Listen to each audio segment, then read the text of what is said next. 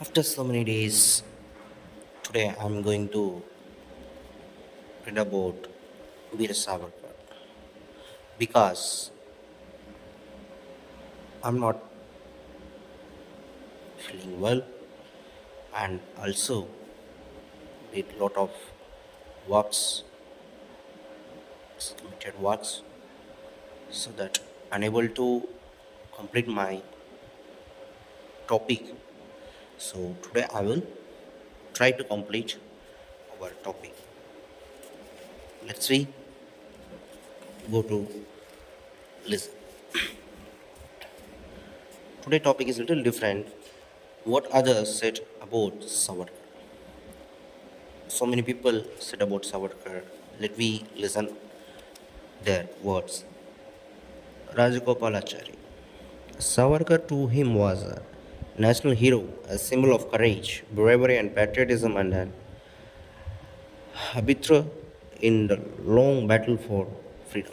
Subhash Chandra Bose wanted Savarkar to join the Congress after Savarkar's release in 1937. Yaman Roy wanted Savarkar to devote his life again to the emancipation of India on Savarkar's own line of thinking. Dr. Rajendra Prasad, Dr. Radhakrishnan, Y.B. Chavan felicitated Savarkar in December 1960. S.N. Joshi, the socialist leader, said that he was inspired by Savarkar's call for absolute political independence. General Cariappa, India's first commander in chief, CNC, in December 1962, after the defeat of Indian army in the China War, said, had India listened to Savarkar and adopted his policy of militarization and prepared herself, she would not have been placed in this predicament. Jhanpit Award winner V.S. Khandekar said that Savarkar was green, great not only in the field of politics but also in the field of poetry, courage, and literature. His greatness had the colors of the rainbow. We are all left hands before Savarkar. On February 3, 1966, Savarkar decided to surrender to death and simply stop taking any food or drink other than water. He had stopped taking any medicine a month before that. Congress MP Violet and Program Alva wrote to Savarkar, we humbly salute your unforgettable daring achievement. Swimming the ocean and gaining freedom will be long cherished in a page of freedom struggle. Among the people who were concerned about his health were the Jidwan Trump and the Home Minister Ularjilal Nanda. After 22 days surviving on barely 5 to 6 teaspoonful of water a day, on February 26, 1966, Savarkar happily surrendered to it, which he had challenged since his youth. He was conscious to the last hour and did not suffer any serious complication whatsoever. S.J. Deng, chairman of Communist Party, said to Savarkar, he was one of the great anti-imperialist revolutionary. PM Indira Gandhi said, Savarkar was a great figure of contemporary India and his name is by words for daring and patriotism. He was cast in a mold of a classic revolutionary and countless help drew inspiration from him. Defense Minister Y.B. Chung said Savarkar displays a unique combination of nationalism, bravery, and social unity. Haribau Pataskar, ex-governor of Madhya Pradesh and Congress leader, said Savarkar was India's bravest son, a great literary genius, an inspiring poet, and a great orator. MC Circular, the then education minister, said Savarkar was a great patriot and a literate son of India. Further, he had anyone living in this country who loved and drew inspiration from the great heritage of India and was loyal to India was a Hindu. Revolutionaries like Savarkar created an atmosphere which made it possible for Mahatma Gandhi to succeed. It would be unpatriotic if the people of India failed to give Savarkar a prominent place in the history of India. It is worth mentioning that Muslim Changla definition of Hindu is close to Savarkar definition of a Hindu. Savarkar in his will asked that nobody should observe, hurtle, strike, or close his business to mourn over his death. He said this with a view to avoid inconvenience to common people. Savarkar was cremated in electric crematorium as per his wish because he considered it more clean and efficient, eco-friendly in modern terms.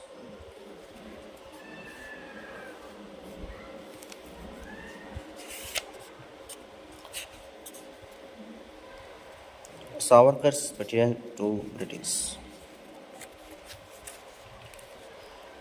Savarkar's letters asking for forgiveness dated November 14, 1913.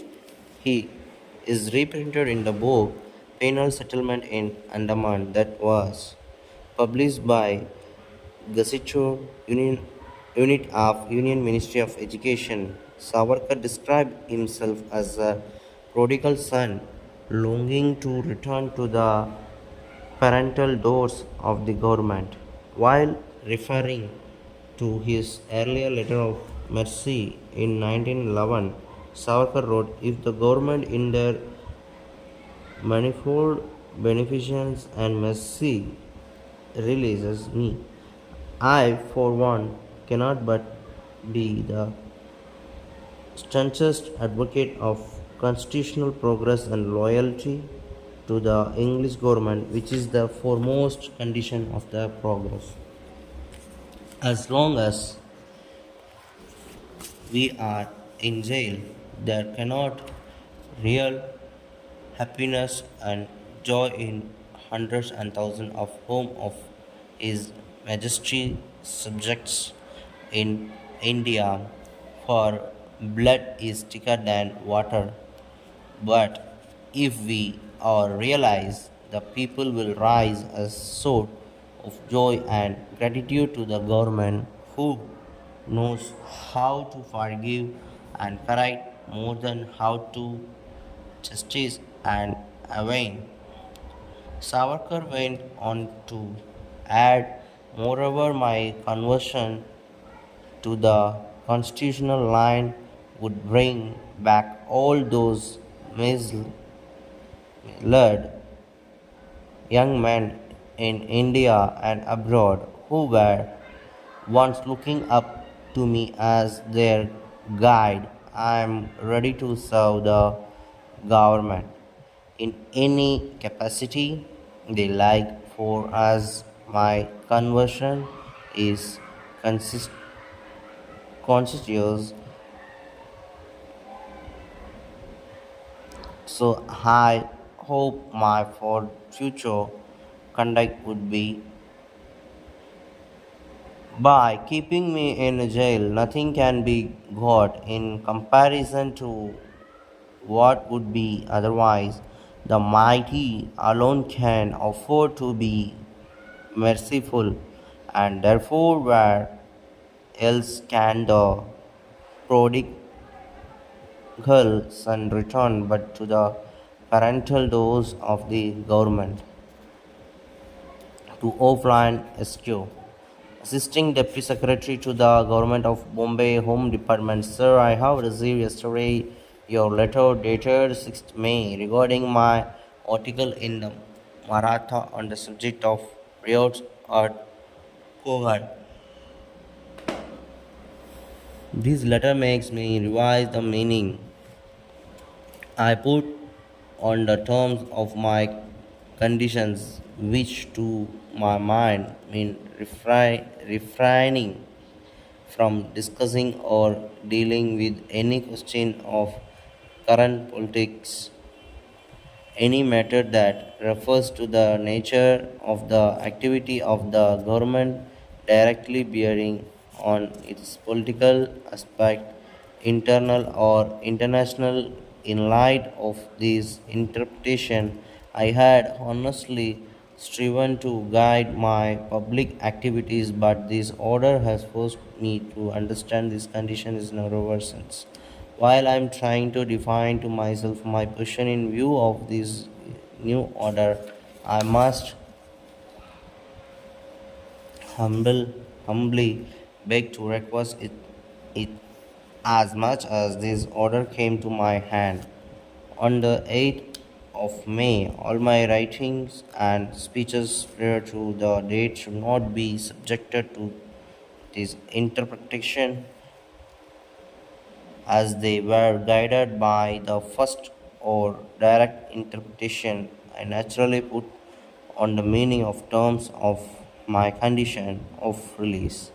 Of course, all my actions subsequent to the date of the receipt of your letter would be subjected to this interpretation.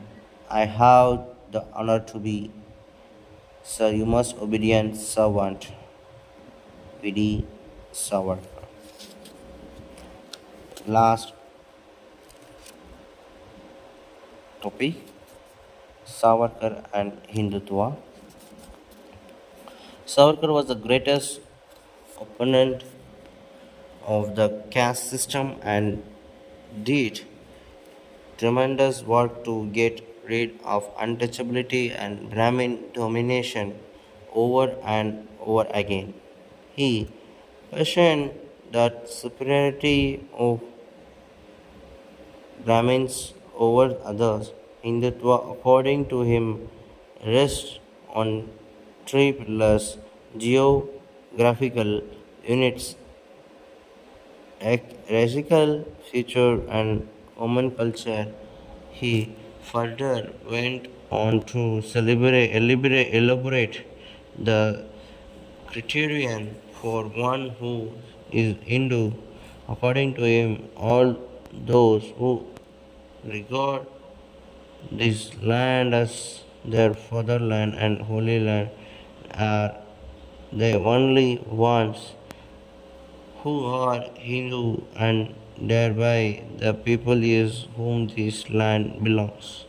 The statement of Savarkar led to the automatic interpretation that the Christians and Muslims whose holy places are in Jerusalem and Mecca are not on par with the Hindus who want this country for this speculation of the debating of doubting our patriotism of Muslim Savarkar states, but besides consider the tie of common holy land as at times proved stronger than the claims of motherland. Look at Mohammedans. Mecca to them is a stranger really than Delhi or Agra. Some people believe the Savarkar was not very impressed with this Mahasabha he chose because of it was the strongest party against the Congress. He had neither the strength not the time to organize another party. He hated the Congress way of dealing with this thing. The Congress which practiced Muslim appeasement. This is the even by fact that the state government forming by the Congress banned everyone from playing music during Muharram. This was a great violence of human rights, and Savarkar hated it. He only liked one Congress leader, that is Sardar Patel. He admired Sardar Patel for his rationally.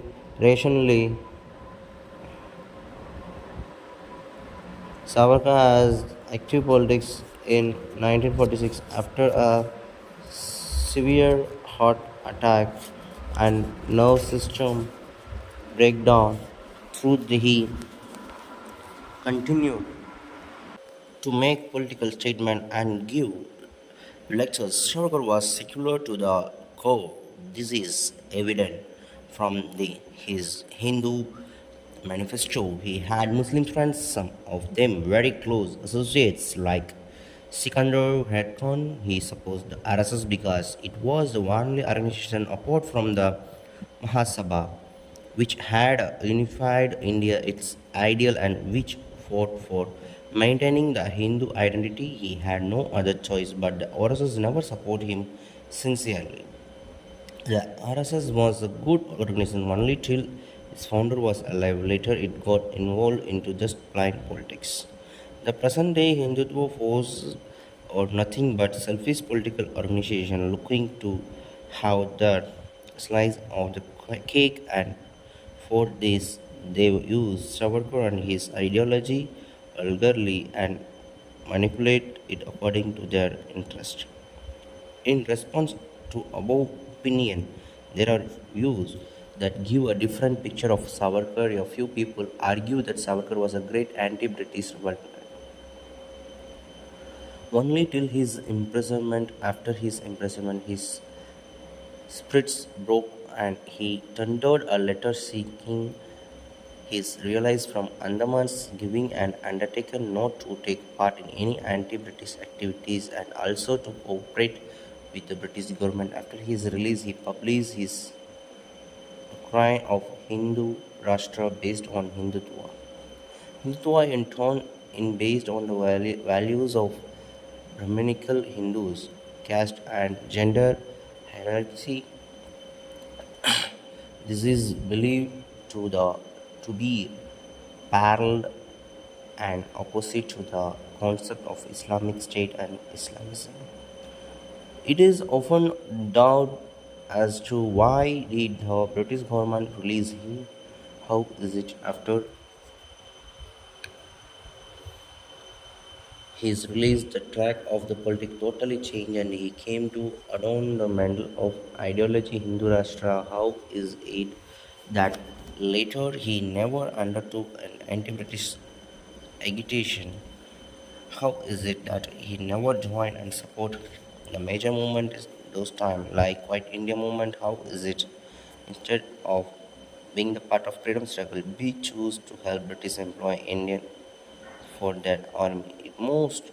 In most of the time post 1937, his politics was rather opposed of national movement led by Gandhi and no support to Congress move was his base dictum. This can be best exemplified in the 1942 Quiet India movement when Gandhi gave the call for the people to leave the government jobs. Instead, Savarkar issued that statement.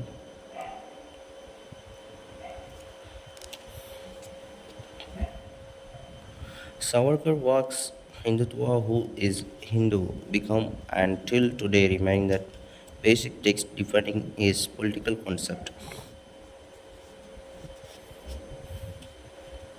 The relation of Muslim League with Hindu Mahasabha is found to be quite complex. They were opposed to each other. So far as Hindu Mahasabha said that is the Hindu Rashtra, so Muslims have to live a life subordinate to Hindus, while the Muslim asserted that since Muslims are a separate nation, a separate state. However, the basic principle of Muslim League and Hinduism was common.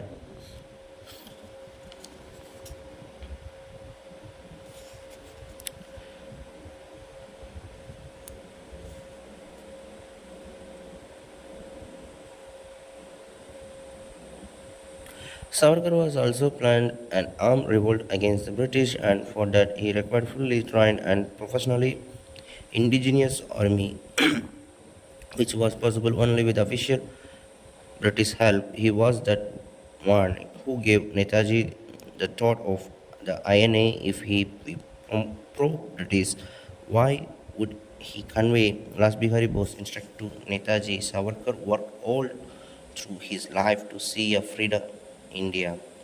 With a military strong foundation, his memory will always remain green in heart of his countrymen, and he will always be counted among the great men of his generation. So, to these words, concluding the great topic of Veer Savarkar. Thank you.